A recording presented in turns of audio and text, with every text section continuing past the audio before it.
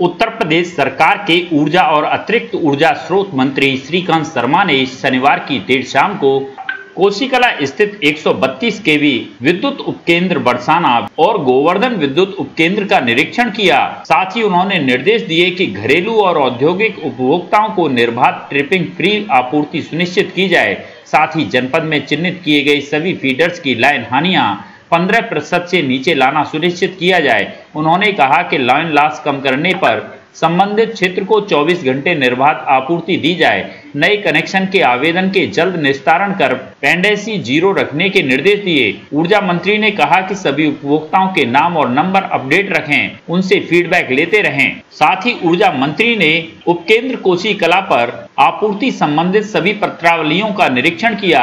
साथ ही उनसे जुड़े सभी वितरण उपकेंद्र पर आपूर्ति संबंधी जानकारियां ली। मंत्री जी ने बरसाना और गोवर्धन वितरण उपकेंद्रों पर अभियंताओं को स्पष्ट निर्देश दिए कि किसी भी उपभोक्ता को बिजली के काम के लिए भटकना न पड़े। बिल न आने, गलत बिल की शिकायतों का निस्तारण तत्काल किया जाए। श्रीकांत शर्मा ने स्पष्ट किया कि उपभोक्ताओं को समय से बिल मिले, इस बात पर किसी भी प्रकार की लापरवाही स्वीकार नहीं है। सबको समय से बिल मिलेगा तो ही लाइन हानियां कम करने में मदद मिलेगी, उपभोक्ताओं को सहूलियत होगी तो वहीं ऊर्जा विभाग की मुश्किलें भी कम होंगी। सभी वितरण ट्रांसफार्मरों की लोड बैलेंसिंग सुनिश्चित की जाए।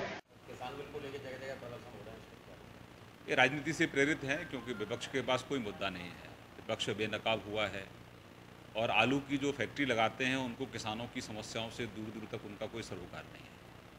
अब बिचौलिए समाप्त हो रहे हैं, अब जिनकी दलाली समाप्त हो रही है, ऐसे लोग निश्चित रूप से किसानों का हित नहीं चाहेंगे। अब किसानों को दलालों के चुंगल से मुक्त करने का ये अभियान है और इसमें किसी का कहीं कोई अहित नहीं है, सबको आज़ादी है। और एमएसपी की जो भ्रम फैलाने की कोशिश की थी विपक्ष ने, वो एक्सपोज हुआ है, क्योंकि हमारी अगली कैबिनेट में हमने एमएसपी के दाम भी बढ़ाए।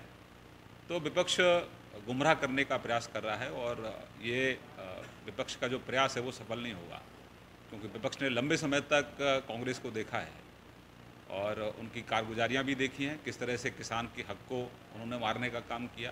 अब इस देश में गरीब किसानों का जो हित साधने वाली सरकार है, आदरणीय मोदी जी सभी गरीब और किसानों के हित की बात करते हैं, बात ही नहीं करते हैं बल्कि वो हित के लिए काम भी करते हैं। तो इससे हमने मुक्ति दिलाई है दलालों से किसानों को। जिन लोगों की दलाली समाप्त हो रही है निश्चित रूप से उनको चुभन होती है, लेकिन किसान पूरे देश में इसका सम्मान कर रहे हैं, स्वागत कर रहे हैं। आदरणीय मुख्यमंत्री जी की मंशा है कि तहसील की शिकायत, थाने की शिकायतें, उपकेंद्रों की शिकायतें, उन्हीं स्तर पर उनका समाधान हो। जिला स्तर पर शिकायतें नहीं आए, तहसील की, थाने की शिकायत जिला स्तर पर नहीं आए और ज़िले से शिकायतें लखनऊ तक ना पहुँचें। उसी के लिए लगातार हम लोग दौरे करते हैं, प्रवास करते हैं।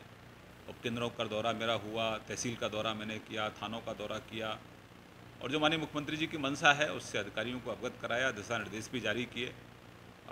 थानों में जो क्षेत्र हैं वहाँ पेट्रोलिंग बढ़े, जो पिकेट हैं वहाँ पर अधिकारी स्वयं जाकर निरीक्षण करें। कई बार देखने में आता है कि वहाँ मौके पर सिपाही तैनात नहीं रहते हैं, लेकिन रोज़ नामचा में वो सिपाही दर्ज रहता है कि उसकी रवानगी उस नाके पर की गई है। तो तमाम तरह की शिकायतें थी, उसको लेकर मेरा दौरा रहा था। उसमें बहुत सारी शिकायतें भी मिली थी, तो संबंधित अधिकारियों को उसके लिए दिशा निर्देश दिया गया है कि वो कार्रवाई करें।